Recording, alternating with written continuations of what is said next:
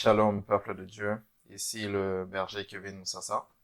Je suis encore honoré, encore une fois, de passer devant vous pour vous apporter la parole du Seigneur. Je bénis d'abord le Seigneur pour cette opportunité, ce privilège de me présenter devant vous, mais je veux aussi bénir l'homme de Dieu, le pasteur Kanda, pour cette marque de confiance, encore une fois, de passer sur cette émission. TAF TV, je bénis aussi l'homme de Dieu, mon père spirituel, le prophète Francine Ngawala, pour aussi la marque de confiance de passer devant vous. Alors, le thème de ce soir, de ce matin, de cet après-midi, vous savez déjà, tel que j'ai l'habitude de dire, c'est par rapport à l'heure à laquelle vous avez l'heure que vous avez maintenant. Le thème de ce moment est le mouvement de l'esprit. Le mouvement de l'esprit. L'esprit avec un grand E, un E majuscule, le mouvement de l'esprit. Tel est le thème que le Seigneur m'a mis à cœur. Et j'ai deux portions des Écritures à vous proposer. La première portion, nous la trouvons dans le livre d'Ézéchiel. Ézéchiel 37, c'est une histoire que nous connaissons tous. Ézéchiel 37, mais on va quand même la lire à partir du premier verset jusqu'au 10e verset. Ézéchiel 37, à partir du premier jusqu'au 10e verset. Je lis au nom du Seigneur. La main de l'Éternel fut sur moi, et l'Éternel me transporta en esprit, et me déposa dans le milieu d'une vallée remplie d'ossements. Il me fit passer auprès d'eux, tout autour, et voici, ils étaient fort nombreux à la surface de la vallée, et ils étaient complètement secs. Bon, ça veut dire que ces eaux, ces personnes sont mortes il y a très très très longtemps. Ils étaient complètement secs. Au verset 3, il me dit, Fils de l'homme, ces eaux pourront-ils revivre? Je répondis, Seigneur éternel, tu le sais. Il me dit, prophétise sur ces eaux et dis-leur, ossements desséchés, écoutez la parole de l'Éternel. Ainsi parle le Seigneur, l'Éternel, à ces eaux. Voici, je vais faire entrer en vous un esprit, et vous vivrez. Je vous donnerai des nerfs, je ferai croître sur vous de la chair, je vous couvrirai de peau, je mettrai en vous un esprit, et vous vivrez. Et vous saurez que je suis l'Éternel. Je prophétisais selon l'ordre que j'avais reçu, et comme je prophétisais, il eut un bruit. Et voici, il se fit un mouvement, et les eaux s'approchèrent les uns des autres. Je regardai, et voici, il leur vint des nerfs, la chair crue, et la peau les couvrit par-dessus. Mais il n'y avait point d'esprit. On souligne bien cette partie. Il me dit, prophétise et parle à l'esprit.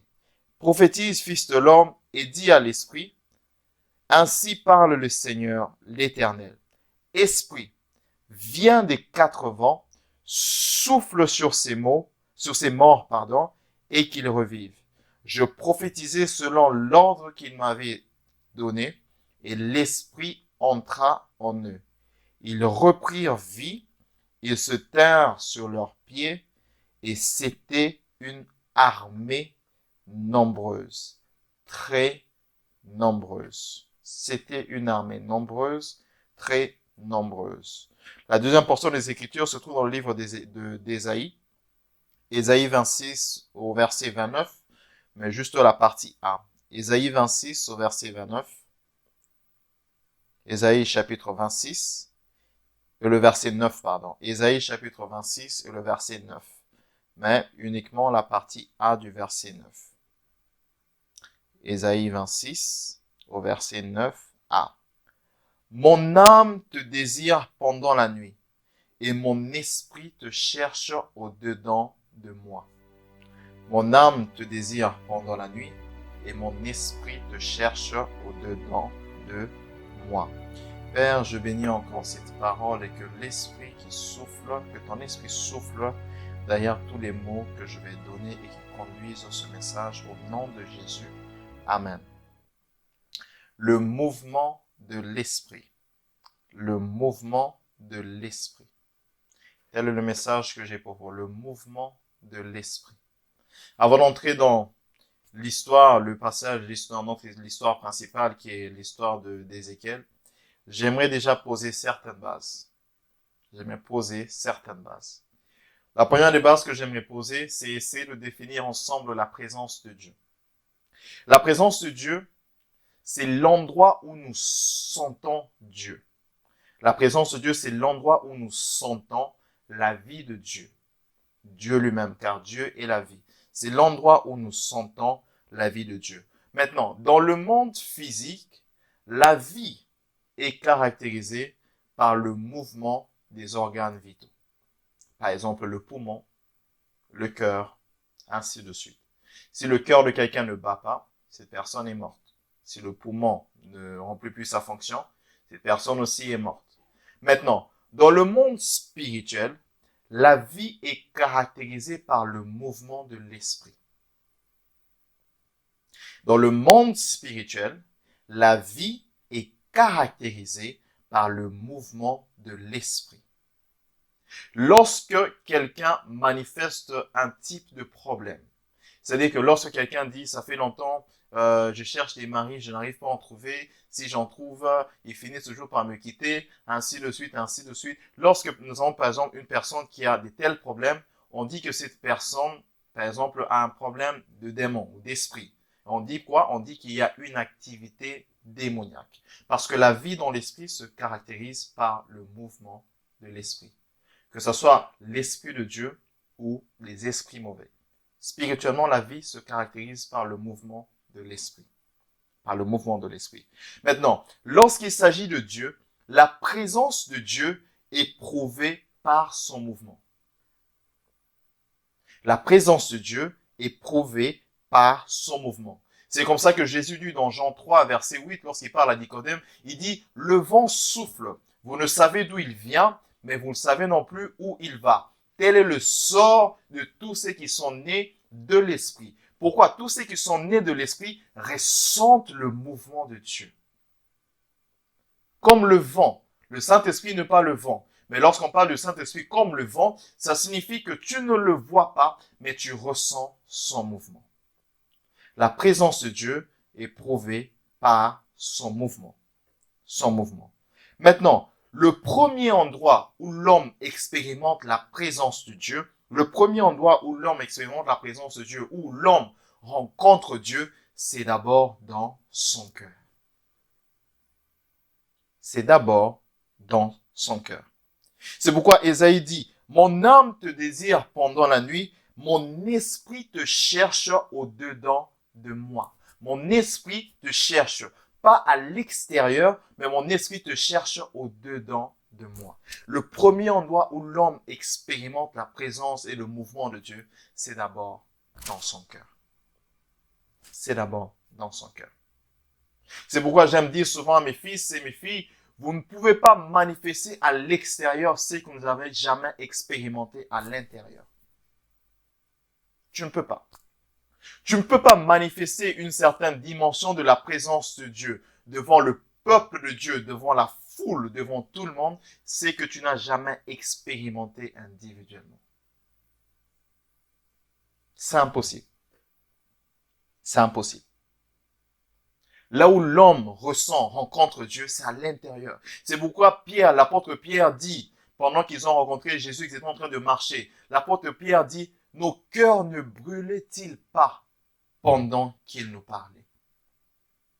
Pendant que Jésus leur parlait, ils n'ont pas su le reconnaître de vue, mais leur esprit ressentait quelque chose à l'intérieur. C'est pourquoi Pierre dit, nos cœurs ne brûlaient-ils pas pendant qu'il parlait? Car c'est dans leur cœur qu'ils ont ressenti la présence de Dieu. C'est dans leur cœur qu'ils ont ressenti la présence de Dieu. Et le psalmiste dit, et ça je vais paraphraser, nous sommes dans le psaume 84 au verset 6, il dit, heureux ceux qui placent leur confiance en Dieu. Ils trouvent dans leur cœur des chemins tracés. Ils trouvent dans leur cœur des chemins tracés. Le premier endroit où l'homme expérimente la présence de Dieu, c'est dans son cœur. Ce n'est pas dans les trames. Tu peux ressentir la présence de Dieu physiquement, mais le premier endroit où tu ressens la présence de Dieu, c'est à l'intérieur. C'est pourquoi ne tombons pas dans cette illusion de dire que Dieu est là seulement lorsque nous sentons un certain mouvement de la foule. Dieu peut être là toutes les choses sont calmes, mais à l'intérieur, il y a quelque chose qui se passe. Il y a quelque chose qui se passe. Et je le répète encore, tu ne peux pas manifester à l'extérieur ce que tu n'as jamais expérimenté à l'intérieur. Tu ne peux pas manifester devant tout le monde ce que tu n'as jamais expérimenté individuellement. Tu es un serviteur de Dieu. Tu fais des modérations. Tu prêches. Tu pries. Tu chantes. Tu ne peux pas te tenir devant la foule et manifester une certaine dimension de Dieu, même si tu le pries pour ça, alors que tu n'expérimentes pas à l'intérieur. Dieu, le secret, si je ouvre une parenthèse, je la ferme rapidement. Le secret de manifester la présence de Dieu, c'est cache notre intimité avec lui. Je ferme la parenthèse. Maintenant, c'est quoi la présence de Dieu? Avec toutes ces bases, c'est quoi maintenant? C'est qu'on appelle la présence de Dieu. J'ai deux définitions pour nous ce soir. La présence de Dieu, c'est le cœur de l'homme qui se rapproche de Dieu. C'est le cœur de l'homme qui se rapproche de Dieu. Et lorsque le cœur de l'homme se rapproche de Dieu, l'homme expérimente quelque chose à l'intérieur, c'est-à-dire dans son cœur. Dans son cœur. Quand le cœur de l'homme entre en collision avec le cœur de Dieu, le mouvement de Dieu devient notre mouvement. Parce que tel que j'ai commencé en disant que le mouvement de Dieu est caractérisé, la vie dans l'esprit, dans le monde spirituel est caractérisée par le mouvement de l'esprit. Maintenant, lorsque le cœur de l'homme entre en collision avec le cœur de Dieu, qui est constamment en mouvement par son esprit, c'est-à-dire que l'homme entre maintenant dans le mouvement de Dieu.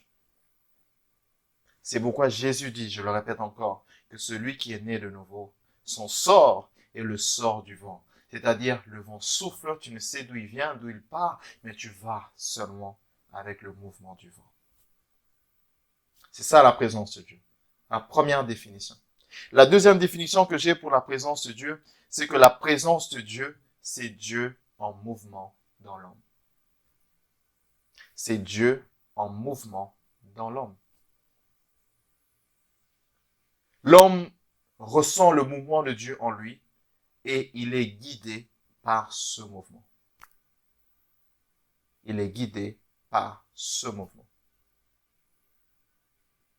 Voilà les deux définitions que j'ai pour nous pour la présence de Dieu. La première définition, c'est le cœur de l'homme qui se rapproche de Dieu. Et lorsque le cœur de l'homme entre en collision avec Dieu, l'homme ressent le mouvement de Dieu et devient le mouvement de Dieu. La deuxième définition est que la présence de Dieu, c'est le mouvement de Dieu en l'homme. Le mouvement de Dieu en l'homme, à l'intérieur de l'homme. Maintenant, si nous revenons dans l'histoire d'Ézéchiel, une histoire que nous connaissons tous. C'est-à-dire qu'Ézéchiel se retrouve dans une vallée remplie d'ossements. Et le Seigneur commence d'abord à demander, avant de commencer, le Seigneur lui fait un tour. Ézéchiel observe, regarde la situation, il prend conscience au fait des dégâts, si je peux utiliser ce mot. Il prend conscience du problème, du niveau du problème. Et Dieu pose cette question à Ézéchiel. Il dit à Ézéchiel, crois-tu que ces eaux peuvent reprendre vie? Ézéchiel ne dit ni oui, mais il ne dit pas non plus non. C'est-à-dire qu'à l'intérieur, ça c'est selon moi et ça n'engage que moi, Ézéchiel doutait. Mais il savait que devant lui, il avait en face Dieu qui pouvait faire tout. Mais il doutait parce qu'il n'avait jamais vu quelque chose de pareil se passer. D'où il dit à Dieu, c'est toi qui sais. C'est toi qui sais. Et Dieu lui dit, prophétise sur ces situations et ces eaux reprendront vie. Ça, c'est la première chose que Dieu dit. Il dit que je mettrai en eux un esprit. La deuxième chose, Dieu maintenant parle des nerfs, ainsi de suite. C'est-à-dire, lorsque Dieu veut faire quelque chose, Dieu commence toujours par l'impossible afin d'entrer dans le possible.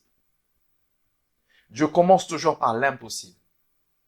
Lorsque Jésus se retrouve devant Lazare, l'impossible était d'abord de ressusciter Lazare.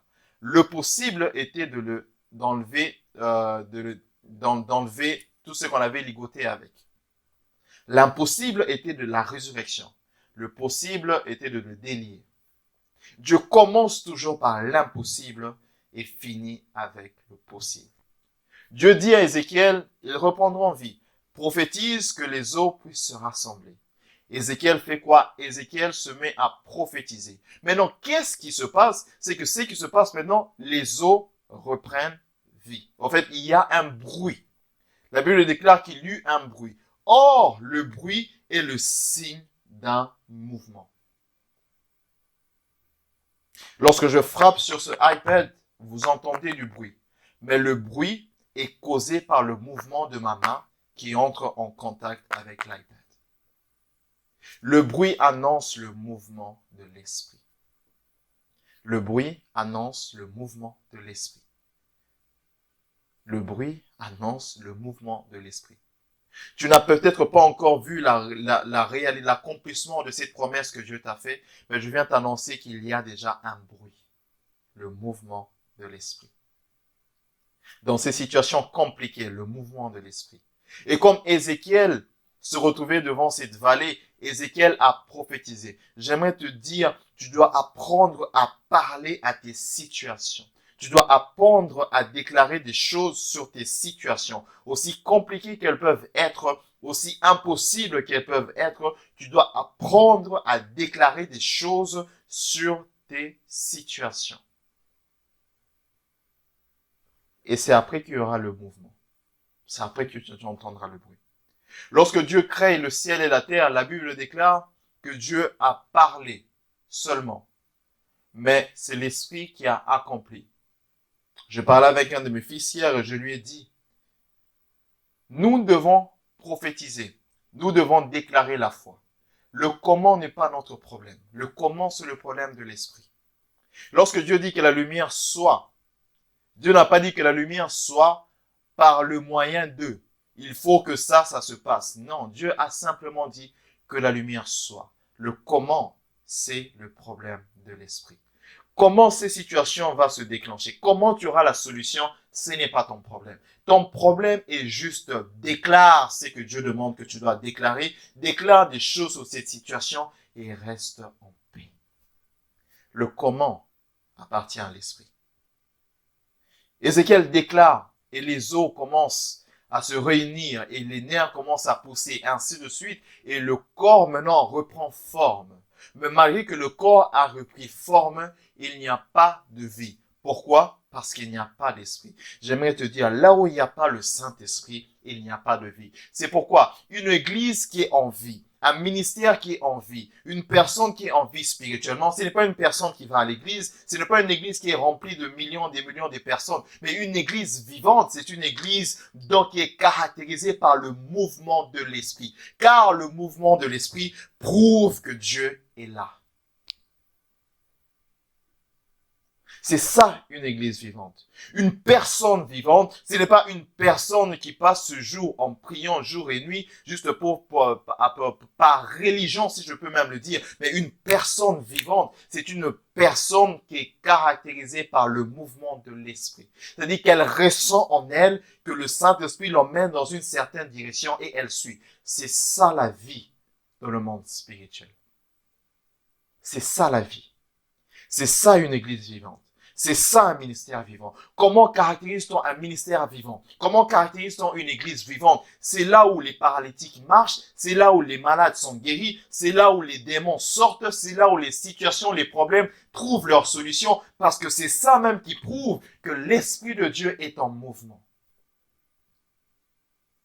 Le corps peut se rassembler, le corps peut se reformer encore une fois, mais là où il n'y a pas l'Esprit, il n'y a pas de vie. Il n'y a pas de vie. Il n'y a pas de vie. Alors Ézéchiel se retrouve avec tous ces corps qui sont les os, c'est ça, le corps s'est formé, le corps a repris forme, mais il n'y a toujours pas de vie. Donc en réalité, ça ne sert toujours à rien. C'est fantastique, oui, absolument, mais il n'y a toujours pas de vie. Alors Dieu dit à Ézéchiel, parle à l'esprit et ordonne à l'esprit de souffler des quatre vents. Lorsque l'esprit souffle, c'est à ce moment-là que ces corps reprennent vie. Lorsque Dieu crée Adam de la poussière, mais la Bible déclare que Dieu a soufflé en lui. Dieu a soufflé en Adam. Or, le mot souffle, le mot esprit, le mot vent ont le même mot en hébreu, qui est ruach. Ruach. Lorsque Dieu a soufflé en Adam, le souffle de Dieu, c'était son esprit. Lorsque Dieu demande à Ézéchiel que l'esprit souffle des 4 vents, le vent, c'est son esprit. Lorsque Dieu dit, l'esprit n'est pas encore là, je mettrai l'esprit, je parle de son esprit.